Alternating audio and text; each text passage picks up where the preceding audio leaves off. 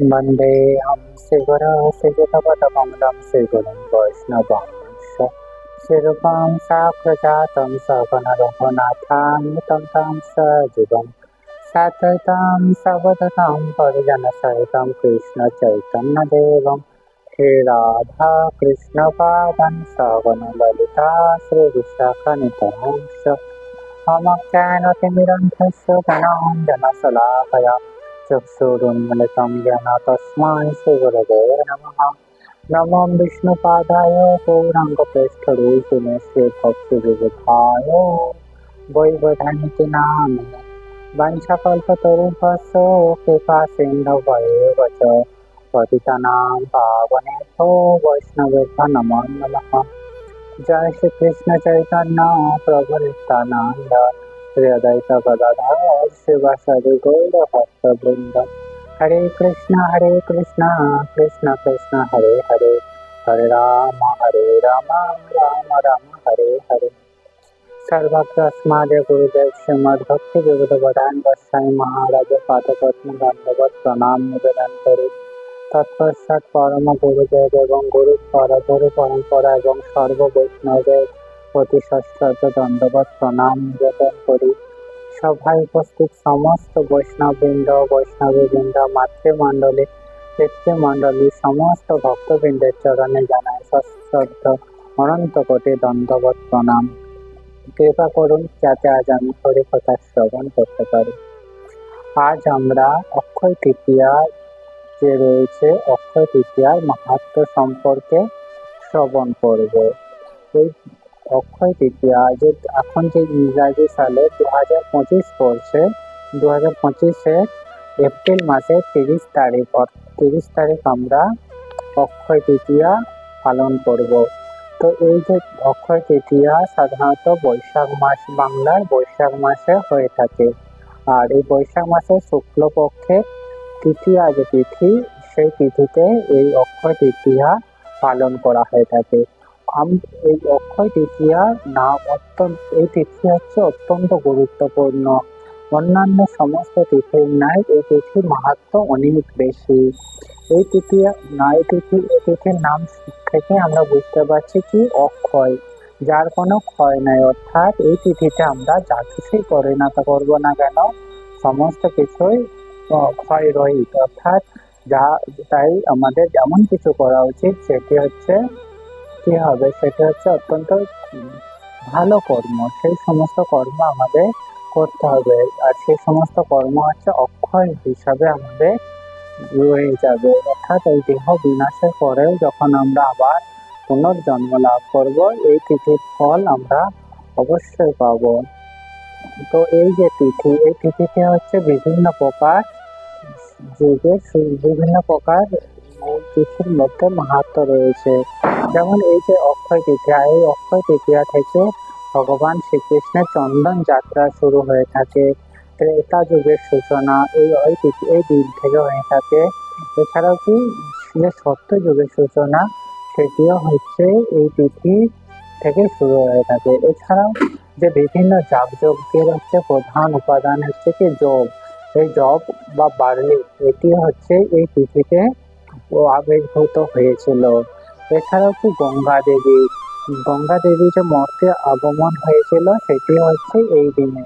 তো এই দিনে বিভিন্ন প্রকার শুভ কর্ম অতীতকালে হয়েছে। তো এই সমস্ত কথা আমরা প্রথমে শ্রবণ করব, তারপর আমরা এই তিথিতে আমাদের কি করণীয় সেটি সম্পর্কে আমরা জানব। তো প্রথম আমরা জানবো এই যে তিথি, এই তিথিতে বিভিন্ন পুরাণে বিভিন্ন রয়েছে। যেমন মৎস্য পুরাণে বলা হয়েছে এই তিথি অর্থাৎ অক্ষয় তৃতীয়াতে ত্রেতা যুগের সূচনা হয়েছিল। ঠিক তেমনি পদ্ম পুরাণে বলা হয়েছে কি ত্রেতা যুগের সূচনা, সত্য যুগের সূচনা হয়েছিল। অর্থাৎ এই যে তিথি অক্ষয় তৃতীয়া তিথিতে সত্যযুগ এবং ত্রেতা যুগ, এই দুটি যুগের হচ্ছে সূচনা কাল। এছাড়াও কি যে আমরা পূর্বে জেনেছিলাম কি জব অর্থাৎ বার্লি, এটি কি বিভিন্ন প্রকার যাগযজ্ঞ, বৈদিক যে যাগযজ্ঞ হতো, সমস্ত কিছু প্রধান উপাদান হচ্ছে জব।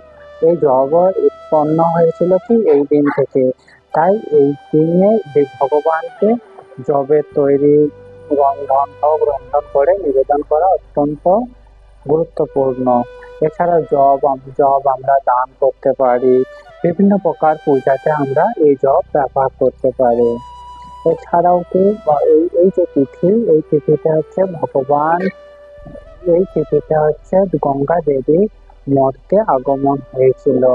ভগীরথ হচ্ছে পূর্বকালে ভগীরথ হচ্ছে কঠোর তপস্যা করেছিলেন এবং তপস্যার মাধ্যমে তিনি তার পূর্বপুরুষগণ অর্থাৎ যে পূর্বপুরুষগণ দেরকে উদ্ধারের জন্য যে কঠোর তপস্যা করেছিলেন, তার ফলে কি গঙ্গা দেবী এই দিনেই মর্তে আগমন হয়েছিল।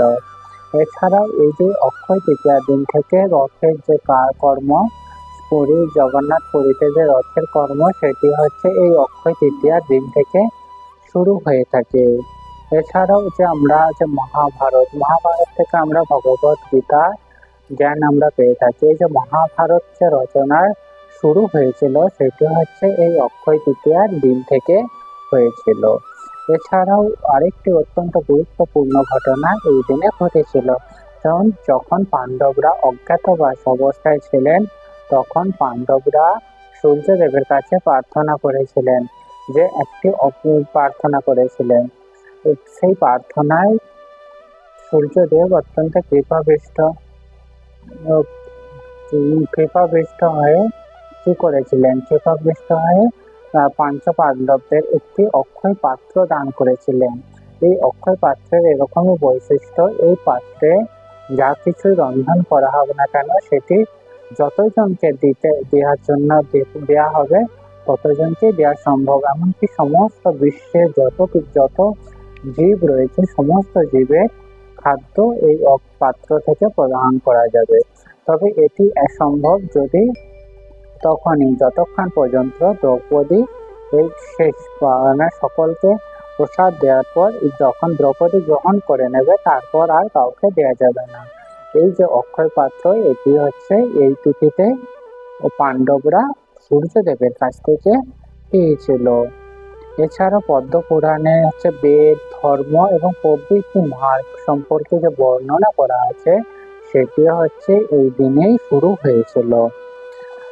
এছাড়াও আরেকটি হচ্ছে কি, দেবতাদের ধনের দেবতা হচ্ছে কি কুবের। এই কুবের হচ্ছে বিভিন্ন প্রকার কঠোর তপস্যা লাভ করেছিল। এই তপস্যার ফলে দেবাদিদেব মহাদেব শিবজি অত্যন্ত সন্তুষ্টি লাভ করেছিল এবং সন্তুষ্টি লাভ করে হচ্ছে তেনেকে কি করলেন, স্বর্গের কোষাধ্যক্ষ বানালেন। অর্থাৎ এই যে আজকের দিন অক্ষয় তৃতীয়ার দিনেতেই কুবের হচ্ছে স্বর্গে যে কোষাধ্যক্ষ পদ সেটি লাভ করেছিলেন।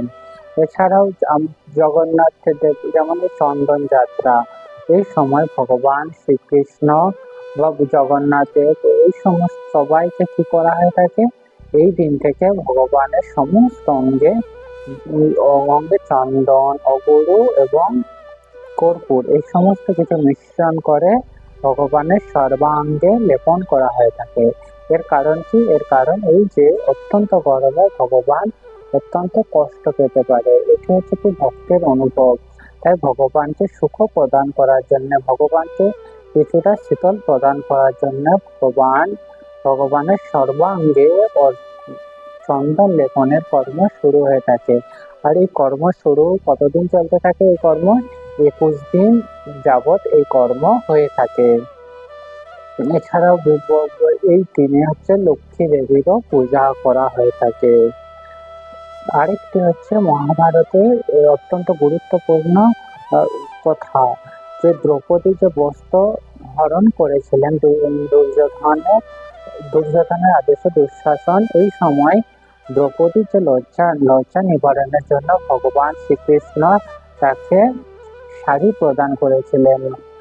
যে শাড়ি ছিল কি অসীম, অর্থাৎ যতই দুঃশাসন দ্রৌপদীর শাড়ি খুলছিলেন, ততই হচ্ছে ভগবান শ্রীকৃষ্ণ দ্রৌপদীকে শাড়ি প্রদান করেছিলেন। অর্থাৎ এই যে লীলা, এটিও হচ্ছে এই তিথিতেই হয়েছিল। এছাড়াও ভগবান শ্রীকৃষ্ণের অত্যন্ত প্রিয় ভক্ত হচ্ছে কি আমরা জানি সুদামা। সেই সুদামা ছিলেন কি অত্যন্ত দরিদ্র ব্রাহ্মণ। এমনকি ভগবান এবং এছাড়া কি ভগবানের অত্যন্ত প্রিয় সখা, এবং সখা হওয়া সত্ত্বেও ভগবানের কাছে তিনি কখনোই কোনো কিছু চাননি। এমনকি অত্যন্ত দরিদ্র, খেতে না পেলেও ভগবানের কাছে কিছুই কখনো চাননি। আর এই সময় ভগবান শ্রীকৃষ্ণের সঙ্গে দ্বারকাতে সুদামা দেখা করতে গিয়েছিল। এবং দেখা করে তার যে ভগবানের যা কিছু প্রিয় যেটি সুদামা সুদামাকে জোগাড় করতে পারে সেগুলি ভগবানের দেখা করলেন, ভগবানের সন্তুষ্টি বিধান করলেন, কিন্তু তার তার প্রতিদান স্বরূপ কখনোই কিছু চাননি ভগবানের কাছ থেকে। আর এই দিনে হচ্ছে কি ভগবান শ্রীকৃষ্ণ কৃপা করে সুদামাকে কি করেছিলেন, সুদামাকে অত্যন্ত বৃহৎ রাজপ্রাসাদ দান করেছিলেন, এবং ভগবান শ্রীকৃষ্ণ সুদামা যে দারিদ্রতা সেটি মোচন করেছিলেন। আর এছাড়াও এই দিনে হচ্ছে কেদারনাথ, বদ্রীনাথ, গঙ্গোত্রী, যমুনোত্রী, এই যে চারি তীর্থ যে যাত্রা রয়েছে, এই যাত্রার সূচনাও হয়ে থাকে এই দিন থেকে। আর এই দিন অক্ষয় তৃতীয়ার দিন থেকে 6 মাস যাবৎ এই যাত্রা চলতে থাকে। আর যে ভাতৃ তৃতীয়ার দিনে আবার এই যাত্রা বন্ধ হয়। অর্থাৎ এই যে চারিধাম যাত্রা, উত্তরাখণ্ডের কেদারনাথ, বদ্রীনাথ, গঙ্গোত্রী, যমুনোত্রী, এই চারিধাম যাত্রাও হচ্ছে এই দিনের সূচনা। অর্থাৎ আমরা দেখতে পাচ্ছি সমস্ত প্রকার শুভ কর্ম, মহান মহান কর্ম এই দিনেতে হয়ে থাকে। এছাড়াও কি এই সময় আগে ভগবান শিবজি হচ্ছে একটি লীলা করেছিলেন, অন্নপূর্ণার কাছ থেকে অন্ন গ্রহণ করেছিলেন লীলার ছলে। এছাড়াও আরেকটু বৃন্দাবনেতে আমরা বাঁকে বিহারীকে দর্শন করে থাকি, তার কি চরণ কমল সর্বদা আচ্ছাদিত থাকে। আর এই সময় হচ্ছে ভগবান বাঁকে বিহারীজির চরণ আমরা দর্শন করার সৌভাগ্য লাভ করতে পারি, অর্থাৎ এই অক্ষয় তৃতীয়ার দিনে। এছাড়াও কি মানসী গঙ্গাতে নৌ বিহার হয়ে থাকে গোপীগণের সাথে। আর এই যে অক্ষয় তৃতীয়ার দিনে শ্রীক্ষেত্রপুরী বা জগন্নাথপুরীতে সেই সময় প্রাচীনকালে রাজা ছিলেন ইন্দ্রদ্যুম্ন। সেই ইন্দ্রদ্যুম্নকে ভগবান স্বপ্ন দিয়েছিলেন যে এই যে কি দিয়েছিলেন যে তাকে অত্যন্ত গরম লাগছে, গরম অসহ্যনীয়, তাই বলেছিলেন যে আমার শরীরে যেন চন্দন লেপন করা হয়। সেই সময় থেকে আজ পর্যন্ত ভগবান জগন্নাথের শরীরে সে চন্দন লেপন শুরু হয়ে থাকে। আর এটি কতদিন? এটি 21 দিন যাবৎ হয়ে থাকে। আর এই দিনেতে মাধবেন্দ্র পুরীতে গমন করেছিলেন, এবং সেই সময় ক্ষীরচোরা অর্থাৎ গোপাল মাধবেন্দ্র পুরীর জন্য ক্ষীর চুরি করেছিলেন। অর্থাৎ এই যে লীলা এটি হচ্ছে এই দিনে হয়েছিলেন। এছাড়াও কি এইরকম মহান মহান কর্ম এই দিনেতে হয়েছিলেন। অর্থাৎ এই দিন অত্যন্ত গুরুত্বপূর্ণ। এই দিনের মাহাত্ম্য সম্পর্কে প্রতিটি শাস্ত্রে অগাধ মাহাত্ম্য বর্ণনা করা রয়েছে।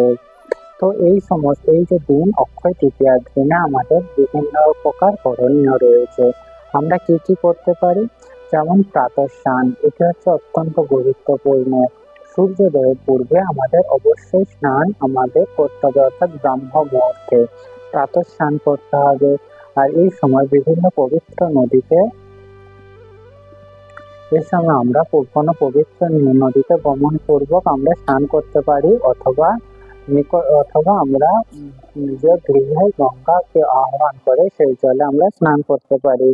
এছাড়াও কি ভগবানের বিভিন্ন প্রকার সেবা করতে পারি, এবং ভগবানের পাদপদ্মে তুলসী পুষ্প দিয়ে ভগবানের সন্তুষ্টি বিধানের জন্য আমরা কর্ম করতে পারি।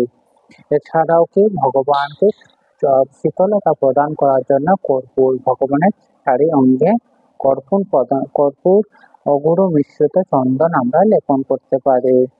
আর এই যে সর্বাঙ্গে যে লেপন, এটা আমরা 21 দিন যাবত অবশ্যই আমাদের করতে হবে। এছাড়াও কি এই দিন যে অক্ষয় তৃতীয়ার দিন আমাদেরকে বেশি বেশি করে জপ করতে হবে, গ্রন্থ অধ্যয়ন করতে হবে। আর যারা ভক্তি মার্গে রয়েছে তারা তো নিরামিষ প্রসাদ, ভগবানের প্রসাদ পায়, কিন্তু যারা সাধারণ তারা এই দিন অবশ্যই নিরামিষ গ্রহণ করতে হবে, নিরামিষ খাদ্য। এছাড়াও কি এছাড়াও বিভিন্ন প্রকার যে পাপ কর্ম, সেই কর্ম থেকে আমাদের অবশ্যই বিরত থাকতে হবে, শুধুমাত্র ভগবানের কৃষ্ণ প্রসাদ গ্রহণ করতে হবে। এছাড়াও কি তুলসীকে জলদান এবং সাধুগুরু বৈষ্ণব, শুদ্ধ বৈষ্ণবদের সেবার মাধ্যমে আমরা এই দিন অত্যন্ত এই দিন আমরা অতিবাহিত করতে পারি। তাহলে কি হবে, এই সমস্ত শুভ কর্ম অত্যন্ত করার মাধ্যমে আমরা অবশ্যই ভগবানকে সন্তুষ্ট বিধান প্রদান করতে পারবো, এবং যা কিছু আমরা করব সেটি অক্ষয় হিসাবে থাকবে। আর এইটি আমাদের বিভিন্ন প্রকার যে এই যে বর্তমান যে কলির যুগ, এই কলিযুগে বিভিন্ন প্রকার যে আমরা সমস্যার মধ্যে জর্জরিত রয়েছি, এই সমস্ত সমস্যা থেকে আমরা অতি সহজেই মুক্তি পাবো এবং ভগবানের প্রতি আমাদের ভক্তি অত্যন্ত বৃদ্ধি পাবে। তো এখানেই অক্ষয় তৃতীয়ার মাহাত্ম্য বিশ্রাম। তো এই সকলেই তাহলে এই যে দিন, এই দিনটায় আমাদের অত্যন্ত ভগবানের প্রতি ভক্তি বৃদ্ধি পায়, সেই প্রকার আমাদের কর্ম করতে হবে। হরে কৃষ্ণ, হরি বল।